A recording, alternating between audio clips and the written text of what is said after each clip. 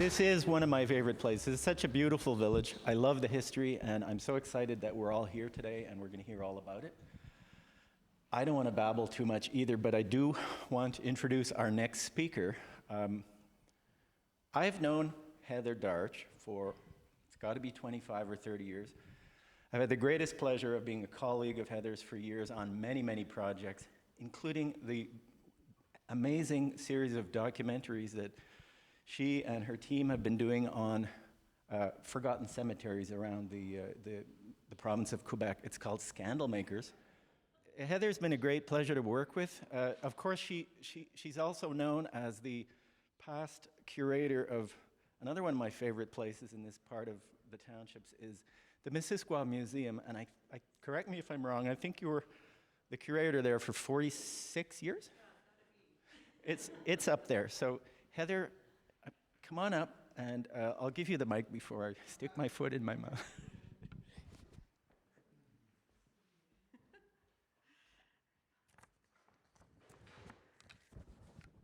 Well, hi, everyone. Thank you, Matthew. It's weird that this isn't working, but I understand. Okay. It's just a delight to see so many friends and colleagues and member of the Quebec Anglophone Heritage Network here today, and familiar faces from the village of Mystic, too, in this beautiful little church and on a glorious fall afternoon in lovely little Mystic. The community and the region where we are today was first utilized beginning in the late Archaic and early woodland period, 6,000 to 3,000 years ago. And we have stone points and scrapers and coarse paste pottery shards and even a stone bowl that was found in the Walbridge Creek not too far from here. So archaeologists see this area as being the roots of Algonquin culture and certainly the Abenaki people living and hunting and working on the land. And it's their traditional territory. And centuries later, it also became the territory of the first settlers who came across the border at the end of the American Revolution as United Empire Loyalists. Long before Mystic, Quebec got its magical name, the community was called Clapperton. The hamlet was settled by Dutch-speaking Clappers, the Clapper family. They were loyalists from New York named Adam Clapper Sr. and his brothers, Hendrik and Lambert. And they first appear in the historical records in 1790, taking the oath of allegiance to the crown. And they appear again in 1796 as three of Hugh Finley's associates who opened up the township of Stambridge. So not only did they bring all the goods they could carry, their wives and children, but they also brought their superstitions. The Clappers understood that witches were as a reality as bears and wolves in the region around them.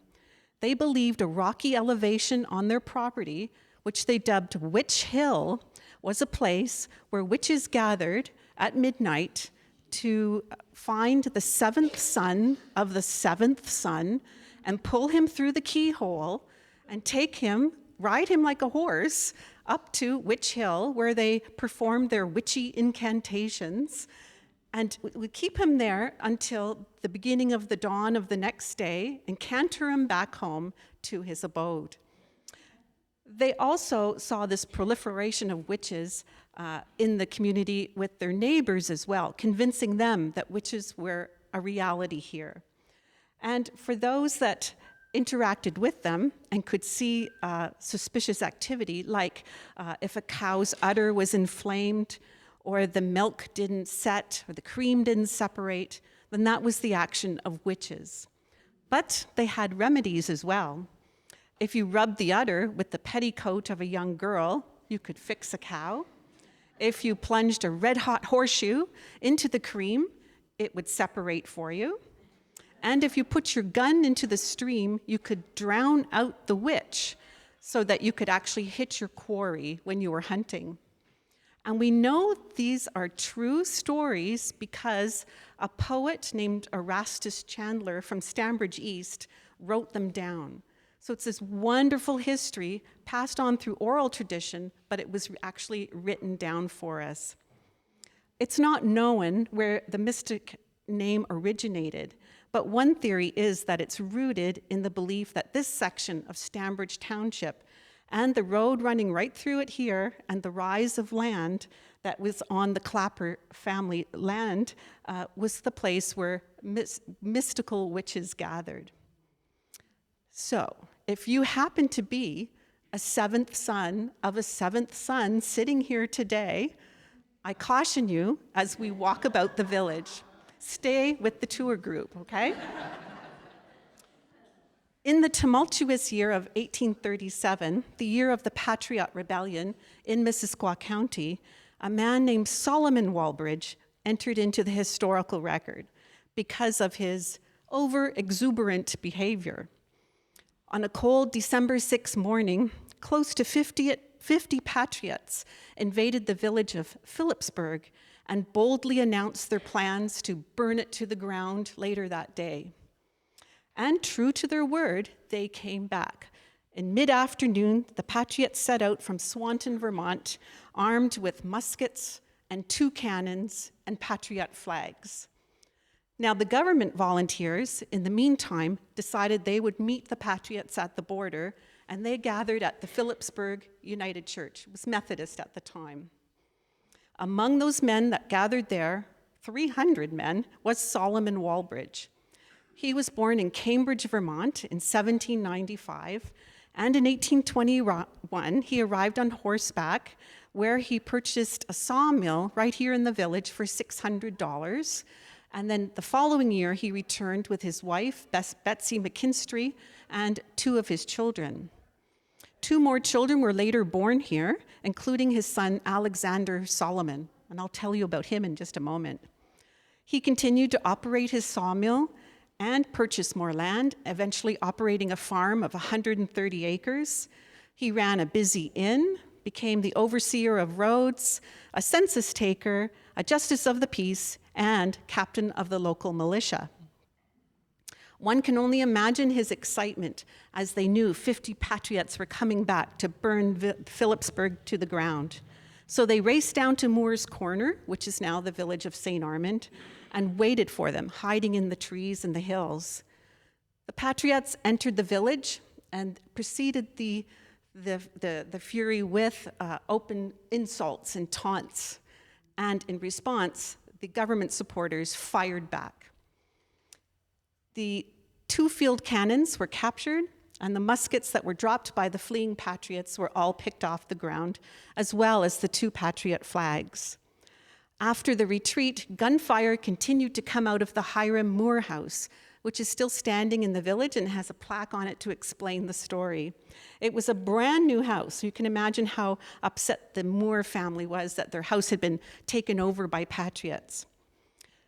The government supporters were ordered to wait until the official army arrived at the village to capture the rest of the Patriots. And this is where we get Solomon entering to the historical record, because he overzealously broke down the front door with the butt of his gun and captured the rebels inside.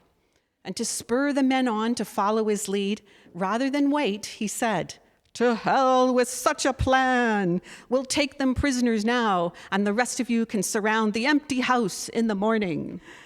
So Walbridge captured the Patriot leaders Robert Bouchette and Julien Gagnon and several other wounded men.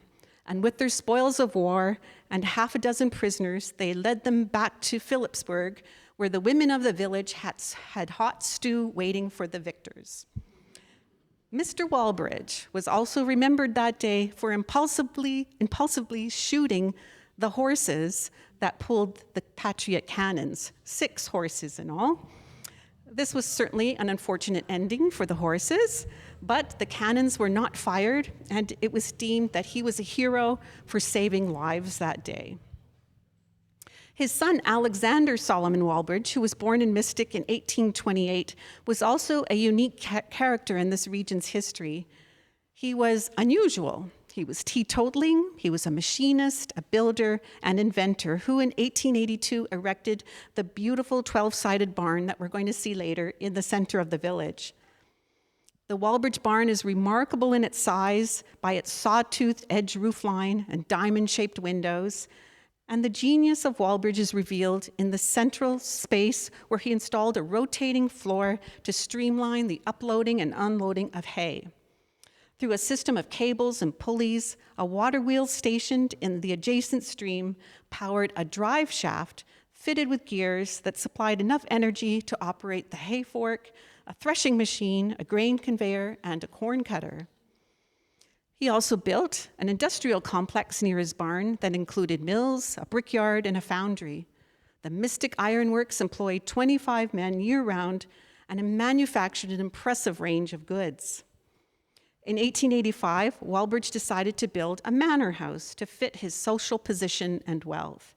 He constructed his opulent home next to the barn using bricks made in his own brickyard.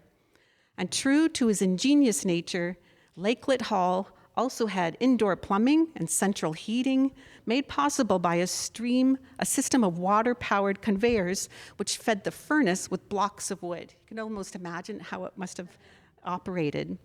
The jewel of this extraordinary house was his enormous glass roof greenhouse. The two-story conservatory was heated by a system of hot water circulating in concealed pipes under the floor, and it was filled with exotic plants like banana trees.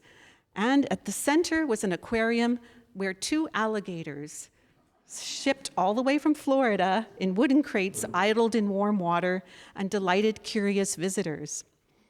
Walbridge only enjoyed his home for 10 years when in 1897 he was killed accidentally at work in his power station. His wife, Harriet Eliza Taylor, continued to live at Lakelet Hall until her death in 1903. After this, the house was occasionally occupied by his daughters and son, also named Alexander, but affectionately known as Allie, and by various family members. In the 1920s, it was advertised as a vacation resort with little success. And following the Depression, the family realized they could no longer afford to maintain the house, which by this time was facing some serious repairs. A hailstorm broke all of the glass windows in the greenhouse, the brickwork was falling, and the giant tower at the front of the house was also sinking. So in 1941, the entire building was collapsed. As for the 2 alligators, their fate remains a mystery. So again, when we're out walking around today, please stay with the tour group. Perhaps they were released into the Pike River, into the murky depths where their ancestors are still living. Today, Mystic's basic layout is very much the same as it was in the 19th century. The hamlet has remained practically unchanged since the end of the booming Alexander Walbridge era, and the Walbridge legacy is still very evident. From the church we're sitting in today to the schoolhouse that we'll see in a few minutes, the 1840s Walbridge farmhouse, and the barn and conservation area, the Walbridge family left an impressive mark in Stambridge Township and Missisquoi County. There is a harmony and a continuity in most of the construction, and the hamlet is an excellent example of a place where its inhabitants care about its past and take pride in wanting to protect it. The stewardship of the Walbridge estate by the Walbridge Conservation Area Foundation will allow future generations to discover this historical and mystical place. Thank you.